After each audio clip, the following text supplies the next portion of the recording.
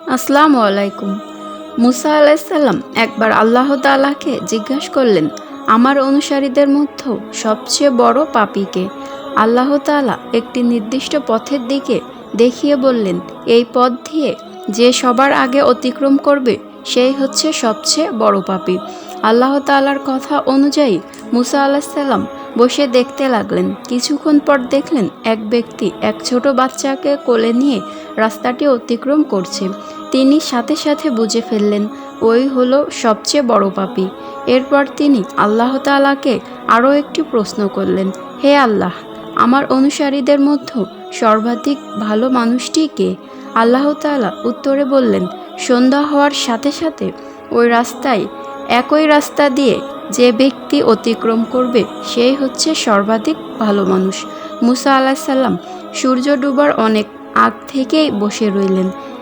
যেই সূর্য ডুবে যেতে লাগলো তিনি দেখলেন সেই সকালের লোকটি ছেলেটিকে কোলে নিয়ে ফিরে যাচ্ছে। মুসা আলাইহিস সালাম হতভম্ব হয়ে আল্লাহ তাআলাকে জিজ্ঞাসা করলেন, হে প্রভু, একই ব্যক্তি মহাপাপী আবার একই ব্যক্তি মহানেকি?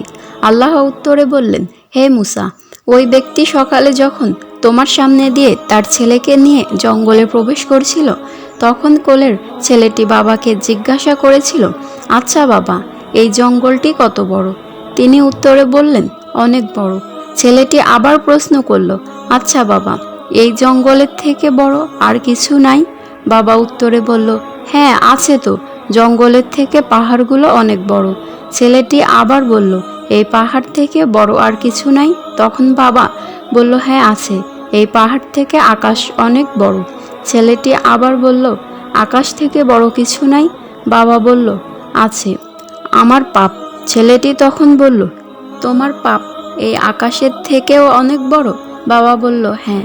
তখন ছেলেটি আবার বলল, তোমার পাপের থেকে বড় আর কিছু নেই? তখন লোকটি বলল, হ্যাঁ আছে, এবং ছেলেকে জড়িয়ে ধরে কাঁদতে কাঁদতে চিৎকার করে বলল, আমার পাপ থেকে অনেক গুণ বড় আমার আল্লাহর রহমত। আল্লাহ তাআলা তখন বলল, হে মুসা, এই ব্যক্তির পাপের অনুভূতি ও অনুশোচনা আমার এত পছন্দ হয়েছে যে সবচেয়ে পাপী ব্যক্তি থেকে আমি তাকে সবচেয়ে নেকি ব্যক্তি বানিয়ে দিয়েছি। সুবহানাল্লাহ। হ্যালো বন্ধুরা, ভিডিওটি ভালো লাগলে অবশ্যই লাইক দিবেন এবং চ্যানেলটি সাবস্ক্রাইব করবেন আর পাশে থাকা বেল আইকনটি ক্লিক করতে ভুলবেন না।